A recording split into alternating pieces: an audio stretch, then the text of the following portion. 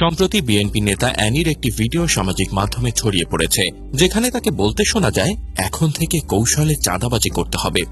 এদের উপরে তো অনেক চাঁদাবাজিও হয়, এখন এগুলো কৌশলে কাজ করতে হবে যেন গভর্নমেন্টেরও মানে আমাদেরও যেন বদনাম না হয়, এবং যারা এগুলো চাঁদাবাজি করে এদের লগে মানে বেশি ছিল, আবার আমাদের দলীয় লোকজনও ছিল। ভিডিওটি ভাইরাল হওয়ার পর রাজনৈতিক অঙ্গনে তীব্র প্রতিক্রিয়া দেখা দিয়েছে। আওয়ামী লীগ সহ বিরোধী দলগুলো অ্যানির বিরুদ্ধে সরব হয়েছে, আর বিএনপি সমর্থকরা বলছে এটি কাটছাঁট করে প্রচার করা হয়েছে, যা সম্পূর্ণ রাজনৈতিক ষড়যন্ত্রের অংশ।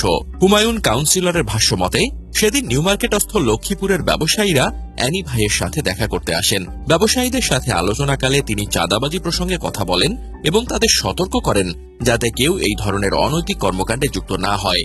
তিনি বলেন আইন শৃঙ্খলা রক্ষাকারী বাহিনী সহায়তা নিয়ে যে কোনো সমস্যা সমাধান করা উচিত, কিন্তু সেই বক্তব্যের একটি অংশ কেটে বিকৃতভাবে উপস্থাপন করে সামাজিক মাধ্যমে প্রচার করা হয়েছে, যা রাজনৈতিক প্রতিপক্ষের সুপরিকল্পিত অপপ্রচার। অ্যানির পক্ষে যুক্তি হল ভিডিওটি কাটছাঁট করে অপপ্রচার চালানো হচ্ছে, যার ফলে প্রকৃত অর্থ বদলে গেছে। তিনি আসলে চাঁদাবাজি বন্ধের পক্ষে কথা বলেছেন, উৎসাহ দেননি। রাজনৈতিক প্রতিপক্ষ তার জনপ্রিয়তায় ঈর্ষান্বিত হয়ে ইমেজ নষ্ট করতেই ষড়যন্ত্র করেছে। সুস্থ রাজনীতির স্বার্থে এই ধরনের গোপন ভিডিও এডিট করে প্রচার করা অনৈতিক। প্রতিপক্ষের অভিযোগ, ভিডিওতে অ্যানি নিজেই কৌশলে চাঁদাবাজি করার কথা বলেছেন। যদি চাঁদাবাজি বন্ধের পরামর্শই দিয়ে থাকেন, তাহলে কৌশলে করতে হবে শব্দটি কেন ব্যবহার করলেন? বিএনপি নেতাদের আগেও এ ধরনের বিতর্কিত বক্তব্য এসেছে, যা ইঙ্গিত দেয় যে এটি কোনো বিচ্ছিন্ন ঘটনা নয়। তবে বিষয়টি নিয়ে একজন লিখেছেন, যোগ্যতা, সততা এবং ইস্পাতের মতো কঠিন মনোবল নিয়ে কেবল একজন অ্যানি চৌধুরী হওয়া যাবে। মিথ্যা ষড়যন্ত্র কিংবা কাটিং করা ভিডিও প্রচার করে অ্যানি চৌধুরীর মতো নেতা হওয়া যাবে না।